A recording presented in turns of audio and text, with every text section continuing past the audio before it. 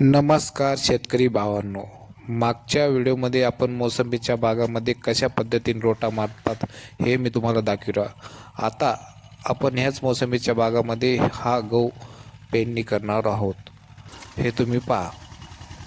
हे पहा, हे छोटं ट्रॅक्टर. ह्या छोट्या ट्रॅक्टरमध्ये आपण 9 इंचांनी गहू पेरणी करीत आहोत.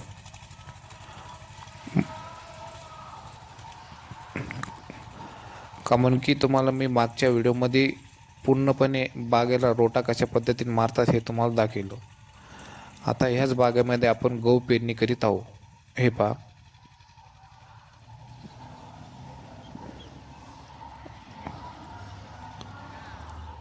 अशा पद्धतीने आपण टोटल बागामध्ये गव्हाची पेरणी करणार आहोत. तुम्हाला व्हिडिओ आवडल्यास लाईक आणि सबस्क्राईब करा. धन्यवाद.